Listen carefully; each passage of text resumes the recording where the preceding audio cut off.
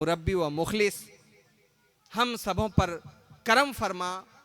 ہمارے اڑیسہ کے ایک شناخت رکھنے والی شخصیت، بہت معزز شخصیت، خدمت قوم و ملت میں سعی پہم رہنے والی ذات، وہ ذات اور کوئی نہیں، میری مراد حضرت علامہ و مولانا مفتی اشرف علی صاحب قاسمی مدد اللہ العالیہ تشریف فرما ہیں. میں ان کو بڑی ادب و احترام کے ساتھ گزارش کروں گا کہ حضرت عالی مقام تشریف لائیں اور اپنے ناصحانہ کلمات سے ہم اور آپ کو محظوظ فرمائیں، ہمیں اس پر عمل پیرا ہونے کی توفیق عطا فرمائے، بغور سماعت فرمائیں، دل کی گہرائیوں سے اس کو سماعت فرمائیں اور یہاں سے کچھ لے کر کے جائیں. آپ کے سامنے میں حضرت العلام تشریف فرما ہیں، بغور سماعت فرمائیں.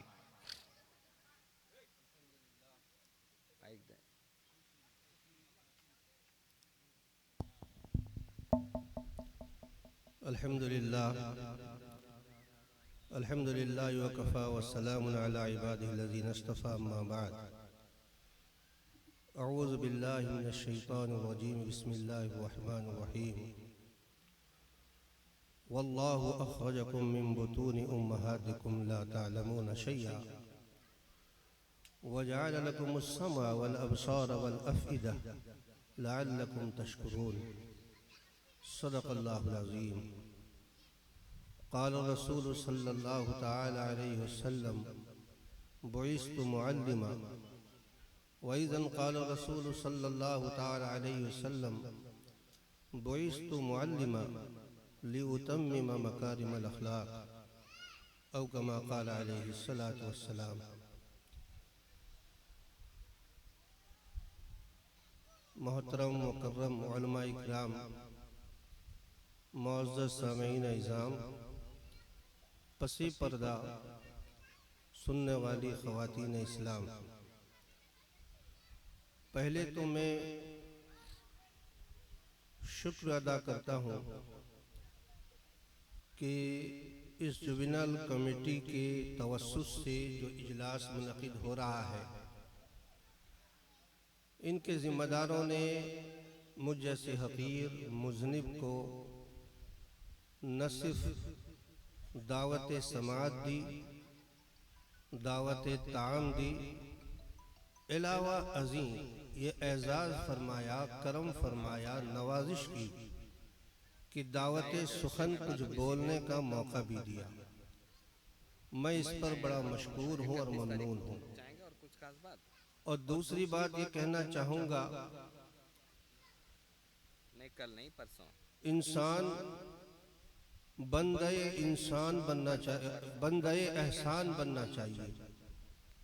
یعنی جن لوگوں نے کبھی آپ کی زندگی میں دینی یا روحانی احسان کیا ہو، اس ہستی کو اور اس انسان کو انسان کبھی فراموش نہ کرے، انہیں یاد رکھے. آج جو مدنی خاندان سے ہمارا آپ کا واسطہ ہے، تعلق ہے، اور صرف ہمارا نہیں، پورا ملک ہندوستان کی مسلم قومیت احسان مند ہے، جن کے بڑے کارنامے ہیں ملک کی آزادی میں، خاص طور سے ہمارے یہاں بسنے رہنے میں. اس قوم کی قربانیاں یہ رنگ لائی ہیں کہ جو آج ہم داڑھی، ٹوپی، چہرے بشرے کے ساتھ اس ملک میں عزت و شوکت کے ساتھ زندگی گزار رہے ہیں. ہمارے اس اڑیسہ میں جو اس قوم سے ہمارے ربط کا ذریعہ بنا ہے، وہ جناب مرحوم میر جلال الدین صاحب رحمۃ اللہ علیہ. وہ اپنے وقت میں شاید 62-63 کے بعد ہی سے انتہائی قسم پرسی، بے بسی، غربت، حالات کے نامساعد فضاؤں میں حضرت مدنی رحمت اللہ علیہ سے انہوں نے تعلق اپنا جمایا اور اس تعلق کے اظہار کا طریقہ اپنایا کہ اس اڑیسہ کا دورہ کرایا. آج ہمارے درمیان نہیں ہے، لیکن وہ ایک ذریعہ ہے، ایک وسیلہ ہے۔ جتنا بھی مدنی خاندان کے افراد چشم و چراغ یہاں آ رہے ہیں، دراصل اس درخت کو لگانے والا جو محسن ہے وہ میں سمجھتا ہوں جناب جلال صاحب رحمۃ اللہ علیہ ہیں۔ اللہ تعالیٰ ان کی قبر کو نور سے بھر دے۔ آمین۔ تیسری بات یہ کہنا چاہوں گا، وقت کی نزاکت ہے، ہم تمام حضرت والا کی باتوں کو سننے کے لیے بےتاب ہیں۔ مجھ سے یہ کہا گیا ہے کہ مختصر سیرت النبی علیہ صاحب الصلاۃ والسلام کے تئیں کچھ چند جملے آپ کے ہو جائیں۔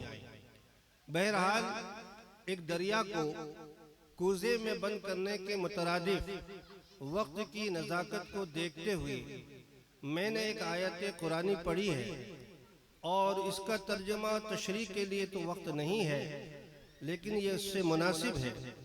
میں نے 2 حدیثیں پڑھی ہیں۔ ان 2 حدیثوں میں سیرت پاک کو سمجھنے کے لیے آپ کے ذہن کو مبذول کرنا چاہوں گا کہ اللہ کے نبی صلی اللہ علیہ وسلم اس دنیا میں کیوں تشریف لائے، آپ کو کون سا کام دیا گیا، کون سا کام جو اہم سے اہم تھا، جس کو دے کر کے اللہ کے نبی صلی اللہ علیہ وسلم کو اس دنیا میں مبعوث کیا گیا۔ اس سے پہلے انبیاء سابقین تشریف لائے، اور کون سا کام رہ گیا تھا خدا کا، جس کام کے لیے اللہ تبارک و تعالیٰ نے اپنے دست قدرت سے محبوب خدا جناب مصطفیٰ صلی اللہ علیہ وسلم کا انتخاب کیا، اور آپ کو وہ کام دے کر کے اس دنیا میں بھیجا۔ یہ حدیث اس کا جواب دیتی ہے کہ بعثت معلما، اللہ کے نبی صلی اللہ علیہ وسلم یہ مقصد بعثت کو بیان فرما رہے ہیں، مقصد رسالت کو بیان فرما رہے ہیں، مقصد نبوت کو بیان فرما رہے ہیں۔ میرے آنے کی وجہ یہ ہے کہ میں اس لیے آیا ہوں، میری جو حیثیت ہے وہ حیثیت اللہ نے یہ بنائی ہے کہ میں معلم بنا کر کے، استاذ بنا کر کے، ٹیچر بنا کر کے اس دنیا میں آیا ہوں کہ میں استاذ بن کر کے اور لوگوں کو میں تعلیم کروں، یعنی علم کو فروغ دینے کے لیے میں اس دنیا میں تشریف لایا ہوں۔ یہ کار نبوت ہے، یہ بعثت نبوت ہے، یہ مقصد نبوت ہے، یہ نبی والا کام ہے۔ نبی والا کام یہی ہے کہ میں علم کا پرچارک بن کر کے میں تمہیں علم دوں۔ اور دوسرے شارٹ لفظوں میں یہ سمجھیے کہ میں یہ نہیں چاہتا کہ قوم جاہل رہے، قوم اجٹ رہے، قوم مرک رہے، بلکہ میں یہ چاہتا ہوں میں سب کو عالم بنا دوں۔ یعنی عالم بنانے کے لیے میں اس دنیا میں تشریف لایا، جاہل بنانے کے لیے نہیں، عالم بنانے کے لیے تشریف لایا۔ تو اب ایک بات یہ ہے کہ علم سے مراد بلا شبہ اللہ کے نبی محمد رسول اللہ صلی اللہ علیہ وسلم انجینئرنگ کی تعلیم لے کر کے نہیں آئے، اور مقصد ڈاکٹری تعلیم کو مقصد نہیں، یہ تعلیم ہے، یہ علم ہے، یہ فن ہے، یہ ہنر ہے، یہ معاش کا ذریعہ ہے، یہ کمانے کا ذریعہ ہے، یہ مفید سے مفید ترین چیزیں ہیں۔ لیکن علم حقیقی جس کو علم کہا جائے، یہ علم سے دنیاوی علم مراد نہیں ہے۔ اللہ کے نبی دنیاوی علم لے کر کے نہیں آئے، بلکہ اللہ کے نبی صلی اللہ علیہ وسلم دینی علم لے کر کے آئے۔ یعنی میرے نبی اور آپ کے نبی یہ چاہتے ہیں کہ ہر انسان عالم بن جائے، جاہل نہ رہے، وضو کے مسائل جان لے، نماز کے مسائل جان لے، روزہ کے مسائل جان لے، زکوٰۃ کے مسائل جان لے، حج و عمرہ کے مسائل جان لے، معاملات کے مسائل جان لے، مناکحات کے مسائل جان لے، ازدواجی زندگی کے کیا مسائل ہیں اور اجتماعی زندگی کے کیا مسائل ہیں، گھرونے مسائل کیا ہیں، باپ کی حیثیت سے اس کے حقوق کیا ہیں، بیٹے کی حیثیت سے حقوق کیا ہیں، بیوی کی حیثیت سے اس کے حقوق کیا ہیں، شوہر کی حیثیت سے اس کے حقوق کیا ہیں، معاملات جو کاروبار و تجارت صنعت و حرفت ہے اس کے کیا حقوق ہیں، اس کی لم، اس کے قانون، اس کے لا اور اس کے ضابطے کیا ہیں، میں ان کو بتانے کے لیے دنیا میں تشریف لایا ہوں۔ تو ایک چیز یہ ہے کہ اگر آپ کار نبوت کے قریب ہونا چاہتے ہیں اور مقصد نبوت کے قریب ہونا چاہتے ہیں، بعثت نبوت کے قریب ہونا چاہتے ہیں، تو آپ کو سب سے پہلے عالم بننا پڑے گا، اور جہالت کو، اور جہالت کی تاریکی کو، اور جہالت کی بدبو کو نکال کے پھینکنا پڑے گا۔ اس کے لیے محنت کی ضرورت ہے۔ ایک آلو ہے اور اس کو بیکار ہونے کے لیے رکھ دیجئے، 2 دن کے بعد میں تعفن پیدا ہو جائے گی، بدبو پیدا ہو جائے گی، وہ سڑ جائے گا، اور اس کو بچانے کے لیے محنت کی ضرورت پڑے گی، کولڈ سٹور میں لانا پڑے گا۔ اسی طریقے سے آپ کے ہمارے عالم بننے کے لیے محنت کی ضرورت ہے، اور مجاہدے کی ضرورت ہے، وقت لگانے کی ضرورت ہے، علماء کے قدموں میں زانوے تلمس طے کرنے کی ضرورت ہے، علماء کو اپنا بڑا ماننے کی ضرورت ہے، ان سے سیکھنے کی ضرورت ہے۔ علماء کے بغیر آپ عالم نہیں بن سکتے۔ اور دوسری چیز، پیغمبر انقلاب صلی اللہ علیہ وسلم نے جو فرمائی ہے کہ میں آیا ہوں پاکیزہ اخلاق کی تکمیل کرنے کے لیے۔ میرے لفظ پر غور کیجئے، سمجھیے، پاکیزہ اخلاق جو اندر کی چیز ہے، جو اخلاق کا مادہ، جو اخلاق کے محرکات، جو اخلاق کے میٹریل اور جوہر ہمارے اندر ملکات موجود ہیں، ان ملکات کو میں تکمیل تک پہنچانے کے لیے، پاکیزہ بنانے کے لیے، مکمل کرنے کے لیے میں اس دنیا میں تشریف لایا ہوں۔ علم کو دینے کے لیے آیا ہوں، اور اخلاق کو سنوارنے کے لیے آیا ہوں۔ علم کو دینے کے لیے آیا ہوں، اخلاق کی تکمیل کرنے کے لیے آیا ہوں۔ علم کو دینے آیا ہوں، اخلاق کو معتدل بنانے کے لیے آیا ہوں، اخلاق میں بیلنس مینٹین کرنے کے لیے میں آیا ہوں۔ میں آپ کو بتاؤں گا یہ اخلاق شرعی ہے اور یہ اخلاق غیر شرعی ہے۔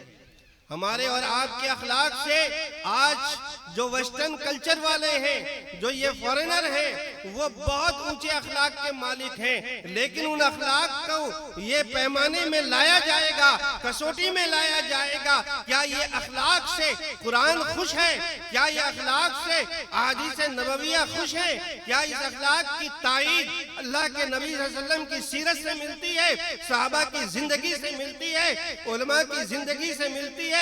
اگر علماء کی طرز زندگی سے وہ اخلاق میل نہ کھائے تو وہ دھوکہ ہے، وہ اخلاق نہیں ہے۔ اخلاق کا تعارف شریعت میں الگ ہے، وہ اخلاق نبوی سے وہ اخلاق کو لینا پڑے گا۔ اس اخلاق کی تکمیل کے لیے میرے پیغمبر آئے، میرے نبی آئے، آپ کے رسول آئے، یہ اخلاق کی تکمیل کے لیے۔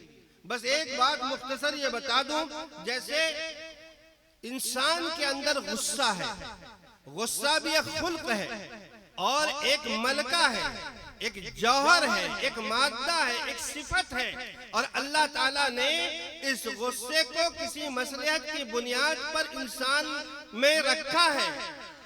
تو غصے کو ہم غلط کہہ دیں گے؟ نہیں، غصہ غلط ہے، غصہ نہ کرو، لیکن شریعت یہ چاہتی ہے کہ غصہ بیلنس میں ہو۔